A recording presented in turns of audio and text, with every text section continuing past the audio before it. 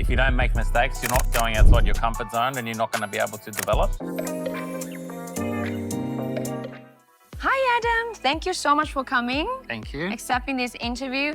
And I feel so good because you are one countrymate right here. I feel really, really happy. Now, I have questions for you. First of all, I want to start with introduction, Adam. Can you just tell the audience who you are, where you're from, and all things about you? Thanks, Christy. I'm Adam Butler. I'm from Sydney, Australia. Been in the freight forwarding and customs broking game for over 20 years now. Wow. I've got 2 companies I own that I've had for 10 years now. And I employ 25 staff in Australia. This was my first job out of school, and I'm still doing it now, and I like it a lot. It's very dynamic, a lot of challenges, and a lot to learn. Wow, I think your story is really amazing and unique. I barely heard anyone say the first job and already for never change, like you're so loyal. That's #1 quality everybody needs. But I do have one more question because this industry, people are not in this industry, they have some misunderstandings about what is this industry is about.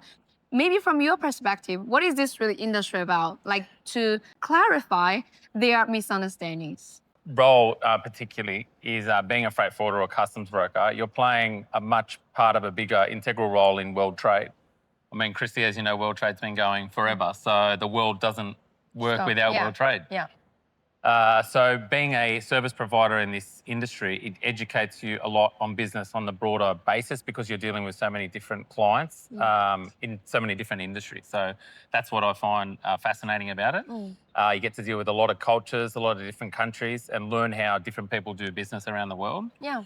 So it's quite a broad role, and I think it can prepare you for a lot of other industries if you wish to pursue something different.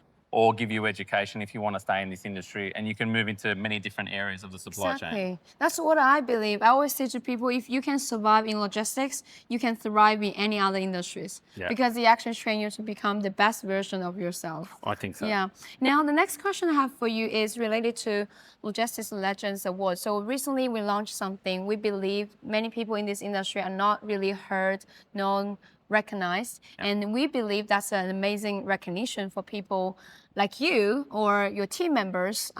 What do you think about this initiative, and do you support it? And what's your words and encouraging words about this initiative? Yeah. I think legends is a big word, and legends is something to be remembered from. And what's good about it is you could be a young legend or you can be someone who's been in the industry for a long time, because everybody is contributing different things to the industry. Like I met a 24-year-old entrepreneur who's building an AI program for this industry. Now, someone who's maybe been in the industry for 60 years that has a great business that is not necessarily into technology may not be able to do that. So, but they are a legend in their own right, having such a large business for a long time, employing lots of people. So it's a great initiative, and it gives an easy way for anyone who's involved in the industry to contribute and potentially get into the Hall of Fame. That's good. So I want you to nominate someone, because I'm going to nominate you anyway, because I know about your story.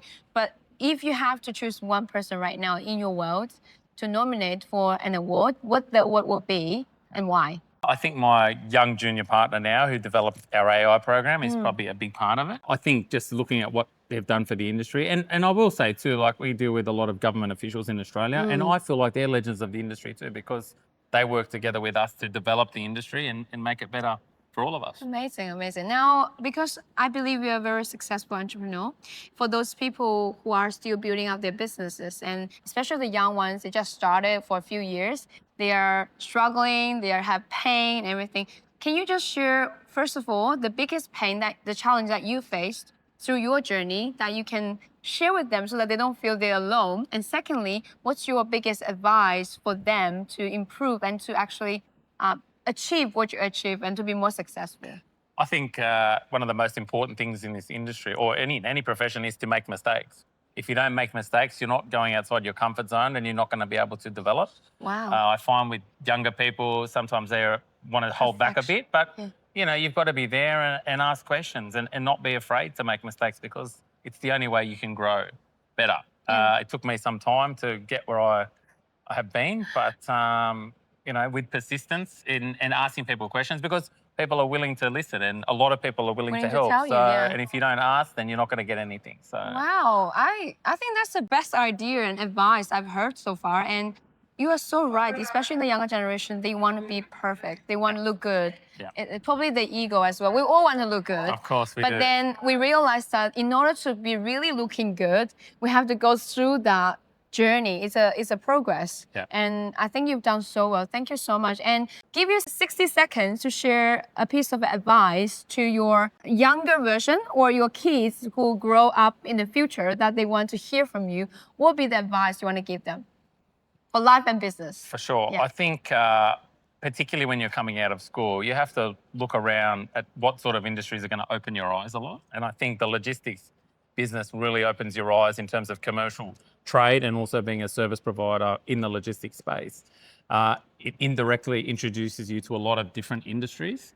So, you know, you learn about things in school, academia and academics and things like that, which are great. They set the foundations for you as a person. Having a much wider and broader vision of the world and what's around, I think looking at our sector, it's really important and can give you a much more broader scope of what you may be able to achieve in many places. Wow, you have amazing advices. Thank you so much. Thank you. Very nice to see you. You guys need to follow him on LinkedIn. I'll see you guys then. Thank you.